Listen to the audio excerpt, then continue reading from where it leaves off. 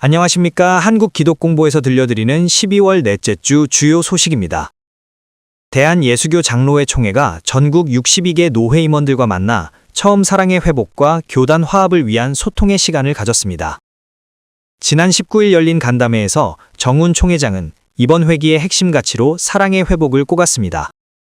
정 총회장은 처음 사랑은 가장 중요한 으뜸 사랑을 의미한다며 하나님 사랑을 최우선에 둔 사랑의 리더십으로 화목한 총회를 만들어가자고 당부했습니다. 특히 교단의 단결력을 바탕으로 대외적인 위상을 높이고 정부 예산 확보 등 교단의 권익을 보호하는 사업을 적극 추진하겠다는 비전을 밝혔습니다. 정책 발표 순서에서는 실무적인 과제들이 다뤄졌습니다. 정확한 통계 데이터가 정책의 성패를 가르는 신뢰 자본이라는 점이 강조됐으며 기후위기 시대에 대응해 탄소 배출을 줄이는 생태 목표로의 전환 필요성도 제기됐습니다. 이어진 대화의 시간에서 노회장들은 종이 없는 행정을 위한 태블릿 PC 보급과 재생용지 사용 확대 등 친환경적인 변화를 제안했고 총회 측은 이를 실무적으로 검토하겠다고 답했습니다. 한편 이날 총회는 예장 노숙인 복지회, 전국 목회자 유가족 협의회, 경기 북부 이주민센터 등 소외된 이웃을 위해 헌신하는 기관들의 총회 헌금을 전달하며 나눔의 정신을 실천했습니다. 두 번째 소식입니다. 대한예수교 장로회 총회가 지교의 설립 기준을 명확히 하고 재판의 책임성을 대폭 강화하는 내용의 헌법 개정안을 공식 공포했습니다. 이번에 개정된 헌법에 따르면 지교회의 설립과 폐지 기준은 18세 이상 세례 교인으로 더욱 구체화됐습니다.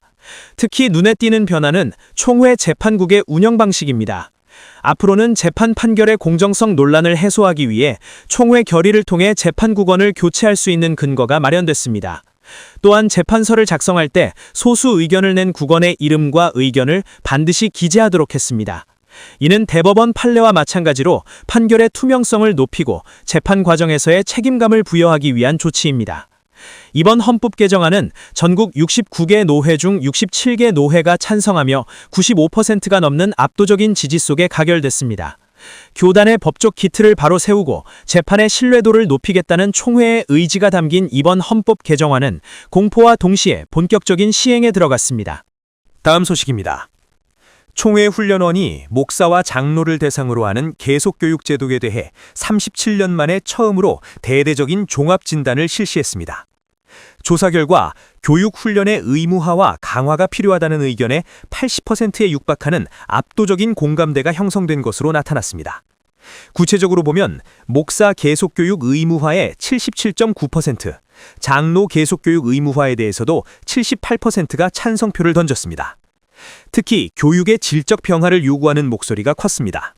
이론 중심의 강의보다는 현장 경험이 풍부한 강사의 사례 발표나 토론 중심의 교육을 선호한다는 응답이 87.3%에 달해 실무 중심의 체질 개선이 시급한 것으로 조사됐습니다. 다만 응답자의 78.8%가 노회의 재정 부담을 호소하고 있어 예산 지원의 제도화는 해결해야 할 과제로 꼽혔습니다. 이번 조사를 진행한 신현균 목사는 80%에 가까운 찬성률은 제도 추진을 위한 충분한 동력을 확보한 것이라며 총회 훈련원이 전 생애에 걸친 리더십을 지원하는 플랫폼 역할을 확립해야 한다고 강조했습니다. 총회 훈련원은 이번 진단 결과를 토대로 계속교육 제도의 구조적 개선과 보완에 박차를 가할 계획입니다. 다음 소식입니다. 교단의 미래를 책임질 목회자를 선발하는 목사고시가 교리 강화를 중심으로 대대적인 변화를 맞습니다.